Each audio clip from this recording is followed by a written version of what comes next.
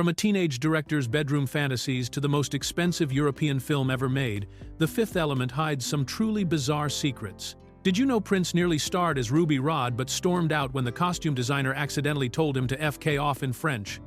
Or that the film's most iconic explosion was so massive it nearly got out of control and took 25 minutes to extinguish? Buckle up for a wild ride through cinema's most colorful fever dream. Here are 15 weird facts you didn't know about The Fifth Element, 1997. Fact 1. Prince's FKU misunderstanding. One of the most bizarre casting mishaps in film history happened when Prince was originally supposed to play Ruby Rhod in The Fifth Element. But a hilarious language barrier led to one of the most awkward meetings in Hollywood.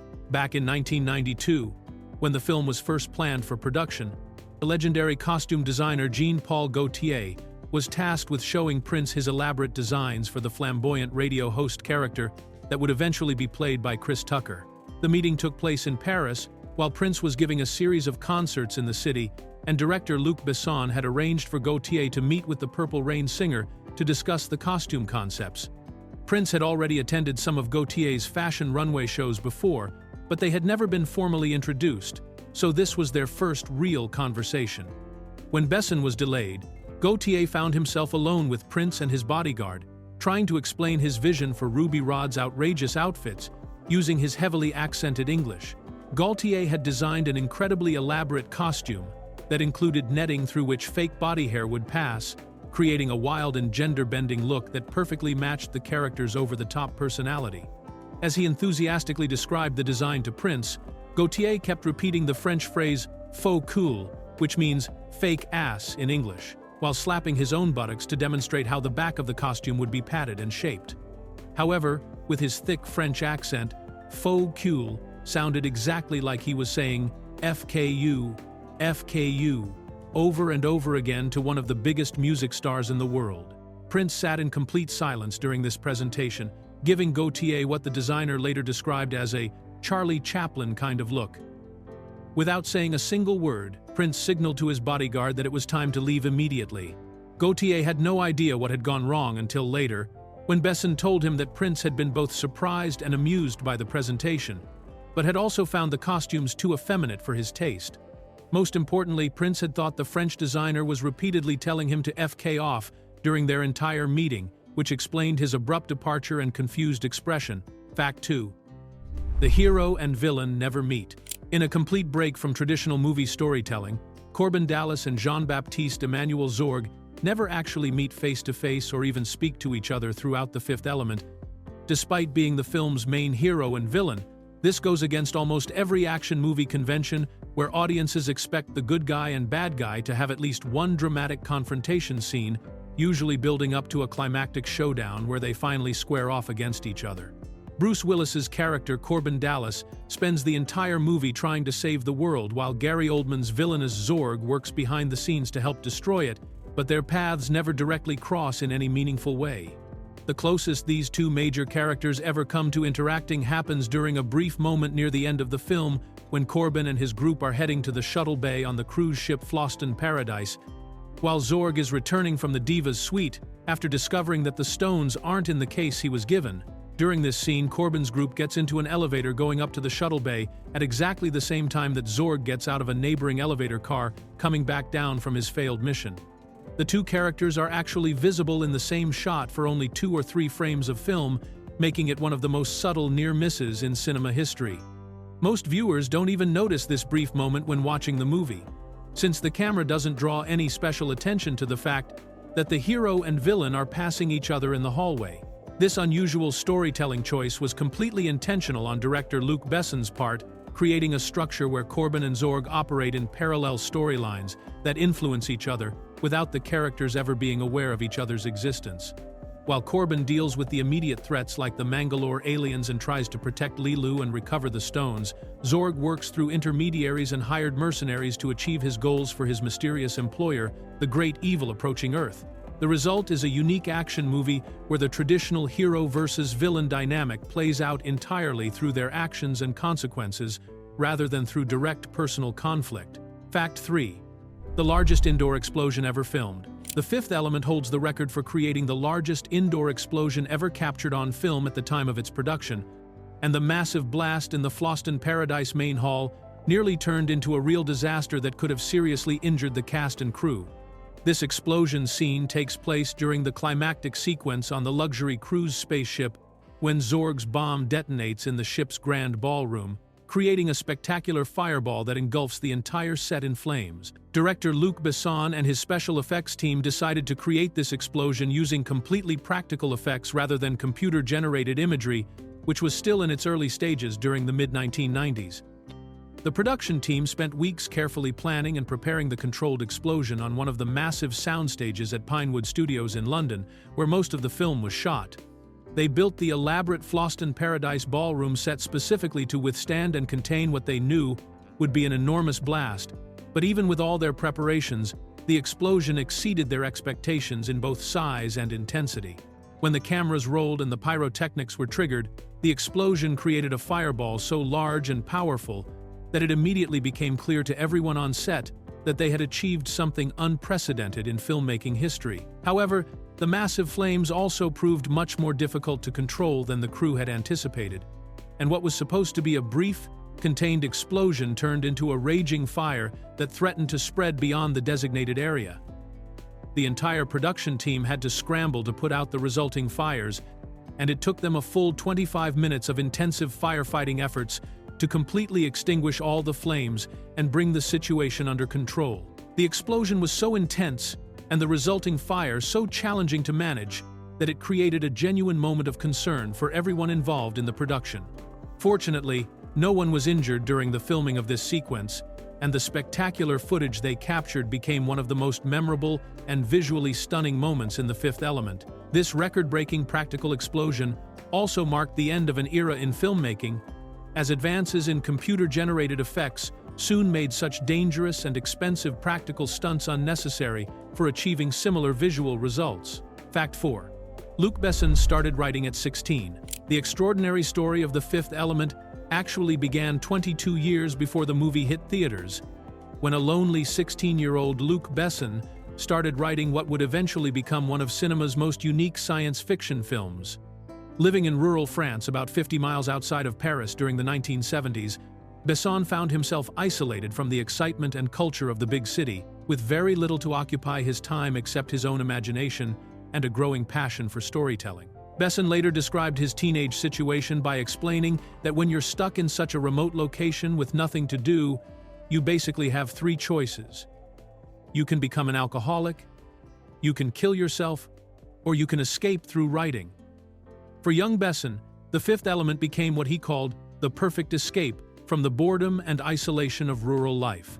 He threw himself into creating this elaborate science fiction universe, spending countless hours developing the characters, the futuristic world, and the complex mythology that would eventually make it to the big screen decades later. What makes this story even more remarkable is that Besson never originally intended his teenage writings to become a movie at all. As he explained to interviewers years later, when he started writing at 16, it was much more like a novel in his mind, and he never thought about making a film out of it.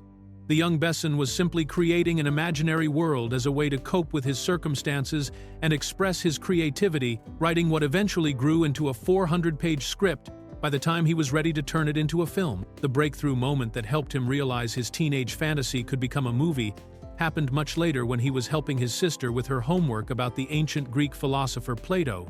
When Besson read about Plato's concept of the five elements that were thought to make up all matter, water, earth, fire, air, and the human being as the fifth element, he immediately realized this was exactly what his story had been missing all along.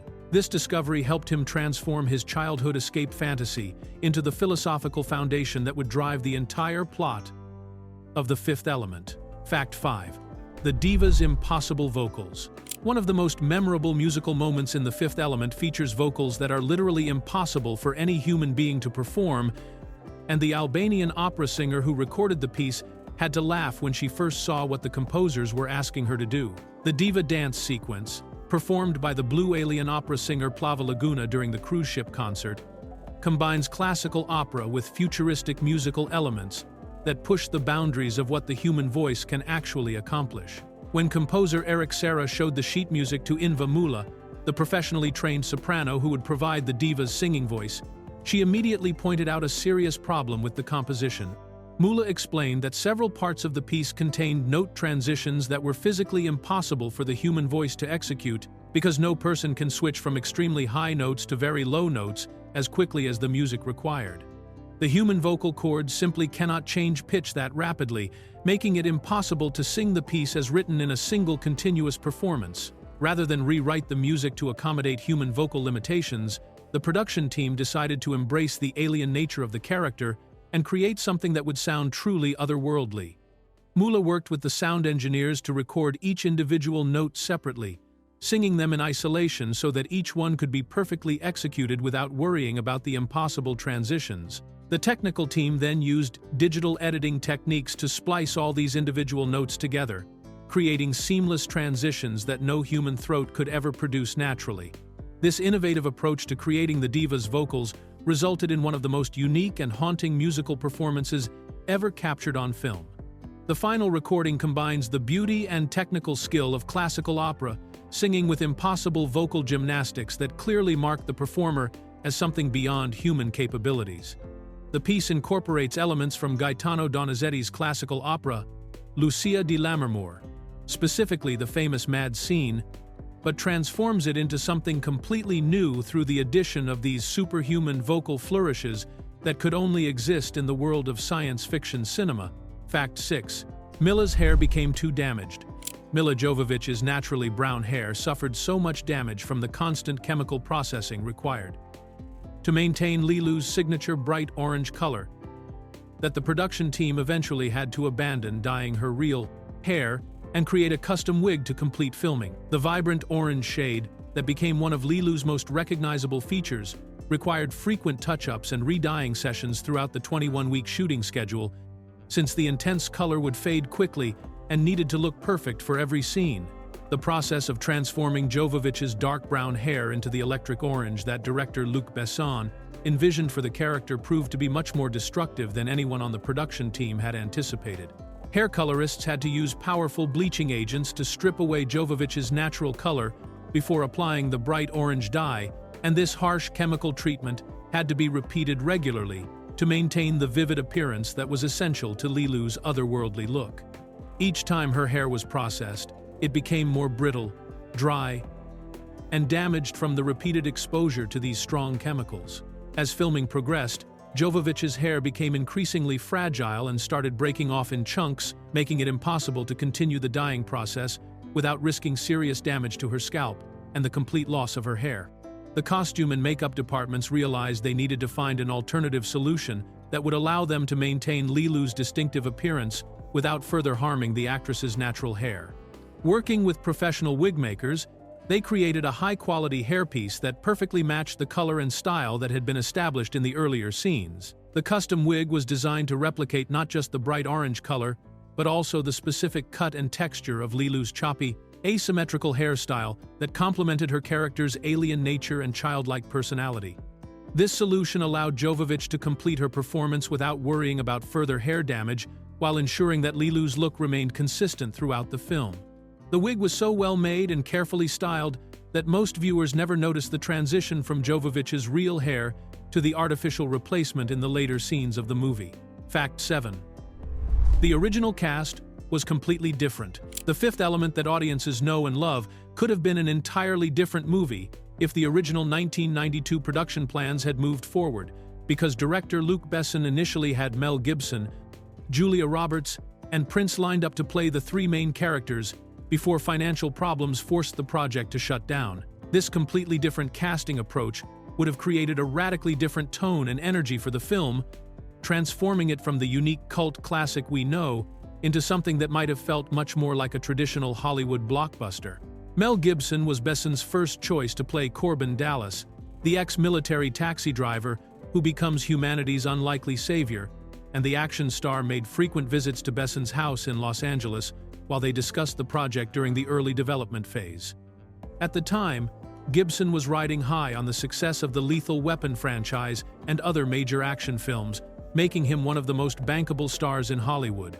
However, Gibson eventually decided to turn down the role, leaving Besson to search for another leading man who could carry the film's massive budget and complex storyline. For the role of Leeloo, the mysterious perfect being from another world, Besson had set his sights on Julia Roberts, who was at the peak of her career following her breakout performance in Pretty Woman. Roberts represented the kind of major star power that film studios demanded for such an expensive and risky science fiction project, especially one coming from a French director who was still relatively unknown to American audiences. The combination of Gibson and Roberts would have given the film the Hollywood credibility and star appeal that international financiers were looking for. The third piece of this alternate universe casting puzzle was Prince, as Ruby Rhod, the flamboyant radio host who would eventually be played by Chris Tucker. This casting choice made perfect sense, given Prince's theatrical stage presence, gender-bending fashion choices, and natural charisma, all of which would have been perfect for the outrageous media personality character. When the original production collapsed in December of 1992 due to budget concerns and financing problems, all three stars moved on to other projects, leaving Besson to completely reimagine his film with a new cast when he finally got the chance to make it 5 years later. Fact 8. Film reels got run over by forklift. One of the most heart-stopping moments during The Fifth Element's production happened when precious film footage from the elaborate diva opera sequence was nearly destroyed in a freak accident at Los Angeles International Airport, creating a crisis that could have forced the crew to reshoot one of the movie's most expensive and complicated scenes. This disaster occurred during the mid-1990s when movies were still shot on actual film stock rather than digital cameras, meaning that if the physical film reels were damaged or lost, there was no way to recover the footage except by filming everything again from scratch. Associate producer John Amacarella received an emergency phone call that brought him rushing to LAX, where he was presented with what looked like a complete catastrophe for the production. The shipping case containing the film reels from the diva's operatic performance had somehow fallen during the transfer process from the airplane to the ground transport, and in a stroke of incredibly bad luck, a forklift had run directly over the container before anyone could stop it. When Amacarella opened the damaged case, he found trash cans full of film stock that had been crushed, twisted, and potentially ruined by the heavy machinery. The timing of this accident made it particularly devastating because the diva sequence was one of the most complex and expensive scenes in the entire movie, involving elaborate sets, hundreds of extras in custom costumes, sophisticated special effects, and the coordination of multiple camera crews to capture every angle of the performance. The thought of having to recreate this entire sequence would have meant enormous additional costs and weeks of delays that the production schedule simply could not accommodate. Fortunately, when Amacarella and the film editors carefully examined all the damaged footage, they discovered that despite the crushing and mangling of the film canisters, there was still enough usable material to cut the scene together successfully. The accident had destroyed some of the footage, but the essential shots needed to create the final sequence had survived the forklift incident well enough to be salvaged and edited into the memorable scene that appears in the finished film. Amacarella later said that in all his years of working on dozens of different movies, nothing like this airport disaster had ever happened to him before or since. Fact 9. Bruce Willis's genuine reactions. Director Luc Besson deliberately kept Bruce Willis in the dark about what Milla Jovovich would be saying in the alien language during their first scene together, creating completely authentic confusion and bewilderment on Willis's face that perfectly captured his character's reaction to meeting someone from another world. This directing technique resulted in some of the most natural and believable moments in the entire film, as Willis's genuine puzzlement at hearing an incomprehensible language matched exactly what his character Corbin Dallas would be experiencing. The scene takes place early in the movie when Leeloo crashes through the roof of Corbin's flying taxicab and begins speaking to him in the divine language, a fictional alien tongue that Besson and Jovovich had created specifically for the film.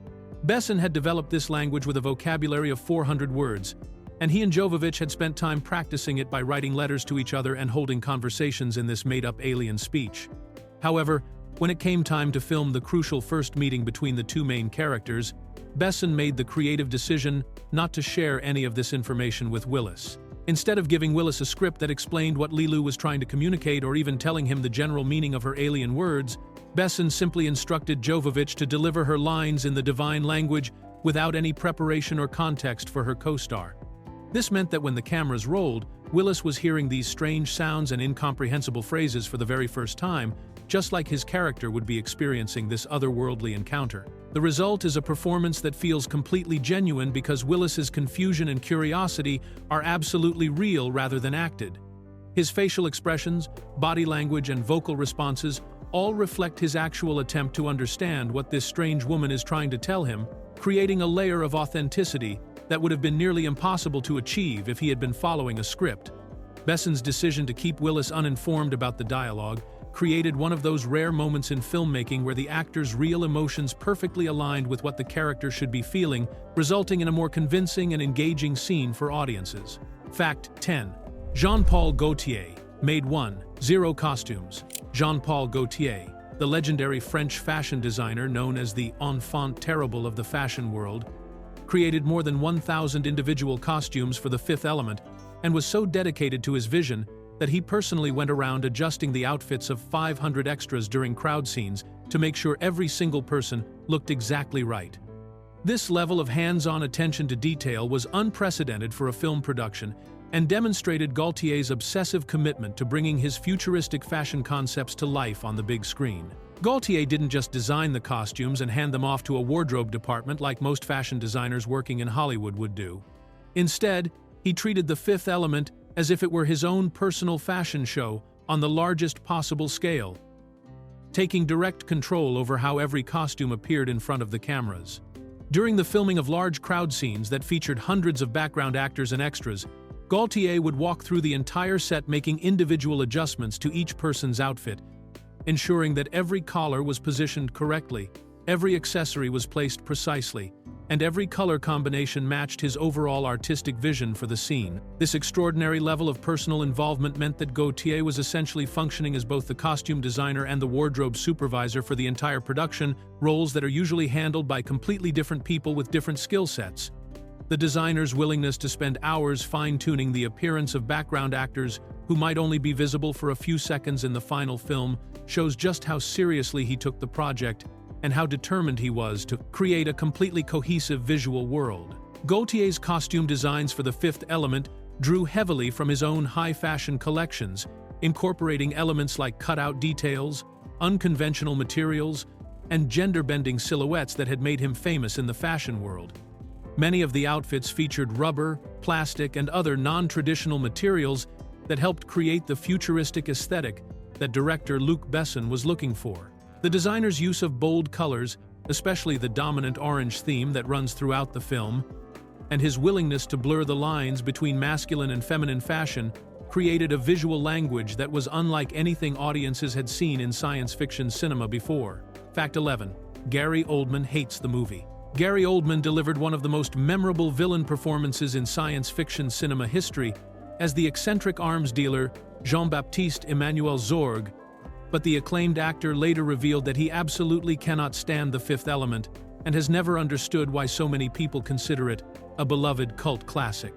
This surprising admission came as a shock to fans who praised Oldman's over-the-top portrayal of the plastic-haired villain with his exaggerated Southern accent and bizarre philosophical monologues about chaos, destruction. In a 2014 interview with Playboy magazine, Oldman was refreshingly honest about his feelings toward the film, simply stating that he can't bear it when asked about his experience making the movie.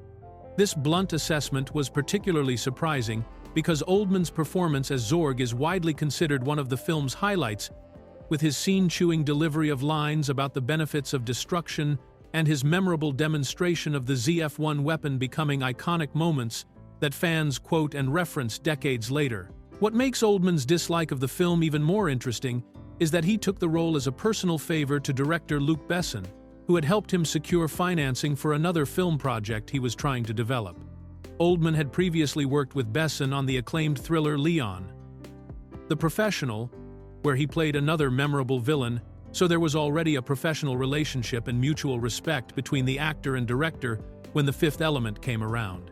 The disconnect between Oldman's personal opinion and the film's cult status reflects the polarizing nature of The Fifth Element, which has always divided audiences and critics between those who embrace its wildly eccentric style and those who find it too bizarre and chaotic to enjoy.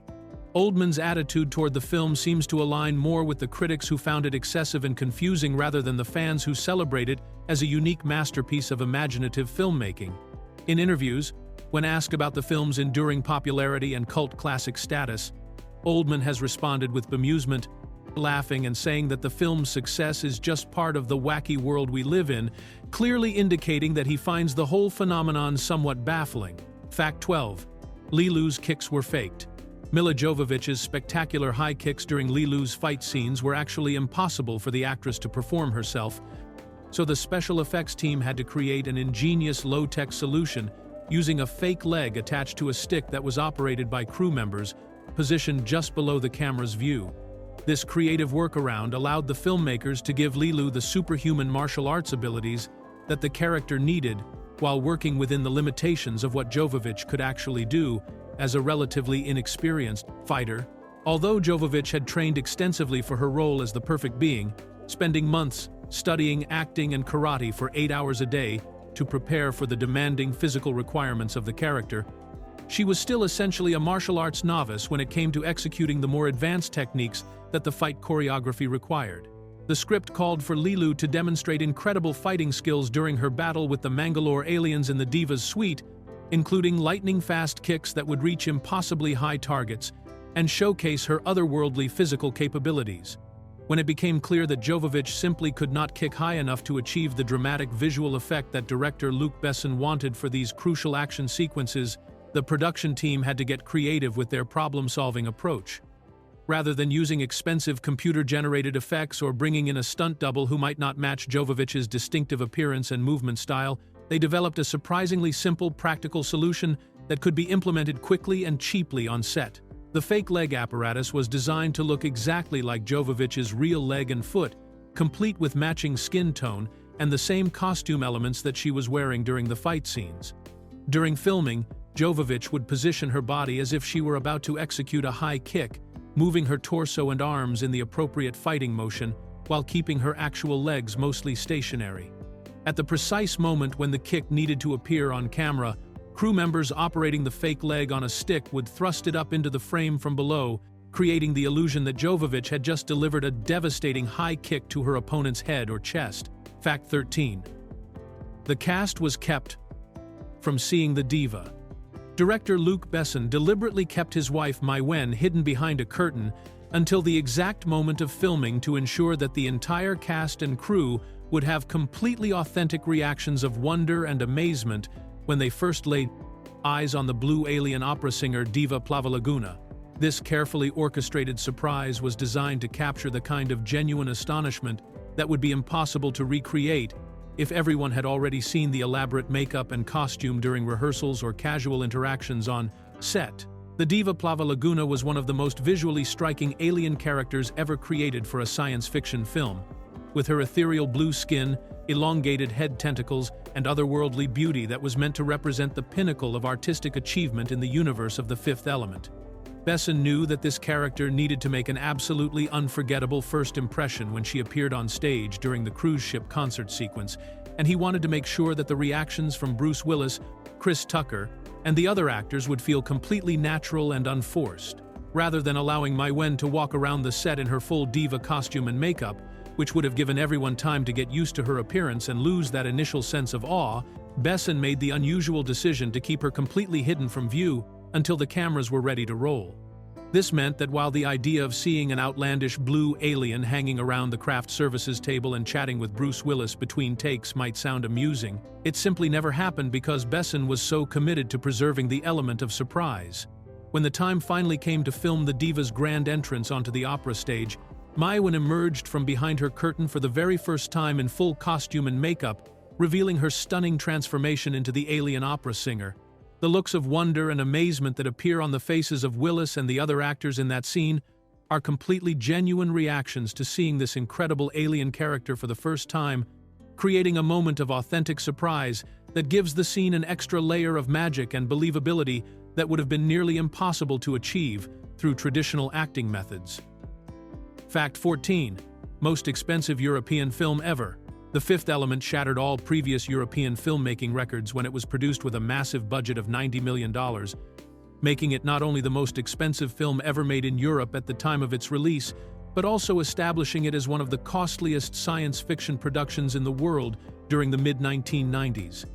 This enormous budget put the film in the same financial league as major Hollywood blockbusters like Jurassic Park and Terminator 2, which was virtually unheard of for a European production at that time. The unprecedented budget was necessary because director Luc Besson had envisioned a science fiction epic that would rival anything coming out of Hollywood in terms of scale, special effects, and production value. The film required elaborate futuristic sets, hundreds of custom costumes, complex miniature work for the flying car sequences, and sophisticated special effects that pushed the boundaries of what was technically possible in the pre-digital effects era. Much of the money went toward creating the detailed miniature models of futuristic New York City, which took 5 months and 85 model makers and artists to construct, as well as the elaborate costumes and makeup for the various alien species. Despite the enormous financial risk involved in making such an expensive film, The Fifth Element proved to be a remarkable commercial success that justified its massive budget and established new possibilities for European cinema on the international stage. The film earned more than $263 million at the worldwide box office, making it not just profitable but spectacularly successful by any measure. This box office performance made The Fifth Element the highest-grossing French film in international markets, a record that it held for an impressive 14 years. The film's financial success remained unmatched by any other French production until 2011, when the heartwarming drama The Untouchables finally surpassed its international earnings and claimed the title of France's biggest global box office hit.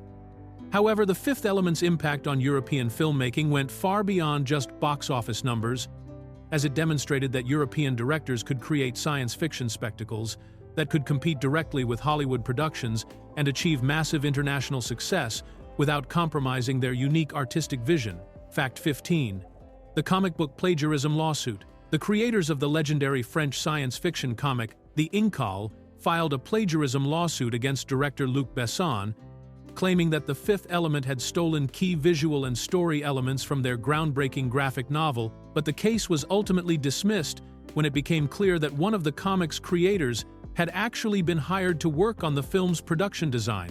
This legal battle highlighted the complex relationships between different forms of visual storytelling and raised fascinating questions about artistic influence versus outright copying in the entertainment industry. The Incal was a hugely influential science fiction comic created by writer Alejandro Jodorowsky and artist Jean Giraud, who was better known by his professional name Mobius, and many fans and critics had noticed striking similarities between the comic's futuristic cityscapes, flying vehicles, and overall aesthetic design and the visual world that Besson created for The Fifth Element.